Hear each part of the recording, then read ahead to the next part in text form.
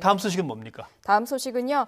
계부가 5살 된 의붓 아들을 손발을 묶은 상태에서 폭행해서 숨지게 한 사건 잘 아실 겁니다. 네. 예, 어제 경찰이 계부 26살 이모 씨를 살해 혐의로 구속을 했습니다. 국가수 부검 결과 이 5살 아이의 직접 사인은요. 복부 손상이라는 1차 소견이 나왔습니다.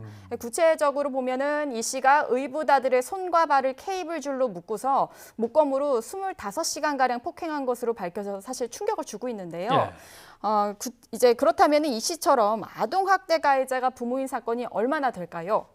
네, 한번 좀 알아봤는데 아동학대 가해자 10명 중 8명이 부모로 나타났습니다. 10명 중 8명. 예, 10명 중 8명이니까 사실상 엄청난 숫자인데요. 전국 아동학대 현황 보고서를 보면 가해자의 76.8%가 부모입니다. 그리고 또 안타깝게도요. 전체 아동학대 사례는 꾸준히 증가를 하고 있습니다.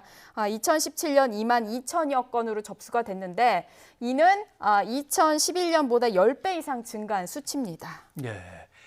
사실은 외부의 어떤 폭력에 노출됐을 경우 부모에게로 도망가는 것인데 네. 지금 부모가 폭력을 저지르거나 살해라고 한다면 아이들로서는 뭐 저항하기도 어렵고 어디 도망칠 곳 있는 것도 아니고 네. 그럼 이렇게 된 그 가족으로서의 자기 비속에 대해서 이런 짓을 저질렀다면 어떤 처벌을 받습니까? 어느 정도입니까, 처벌이? 예, 일단 근거법으로는 2014년에 제정된요. 아동학대 처벌법이 있습니다. 자, 그런데 이 학대 행위가 사법 절차로 이어지는 비율은 30% 정도에 불과합니다.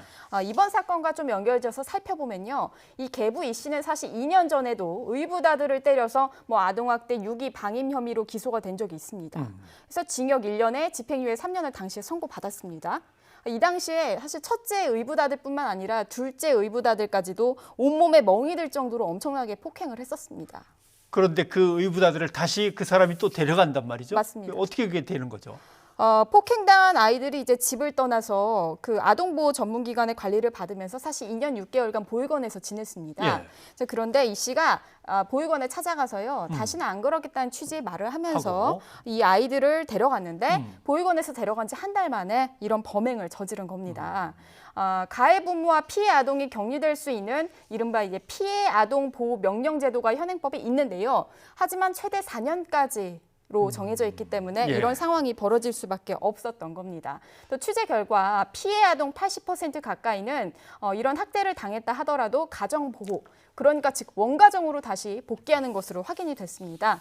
그래서 이제 전문가들을 좀 취재해 본 결과요. 아동 학대 사건을 이제 형사 처벌을 조금 더 강화하고 그리고 원래 가정으로 복귀하는 조건을 좀 더 까다롭게 하는 등의 조치가 필요하다라는 지적이 나오고 있습니다. 만약에 복귀가 불가능하다면 아이들을 상당 기간 보호해 주면서 양육할 수 있는 어떤 시설 같은 것도 지원이 필요하겠고 맞습니다. 우리 사회가 준비해야 될 것들이 많군요.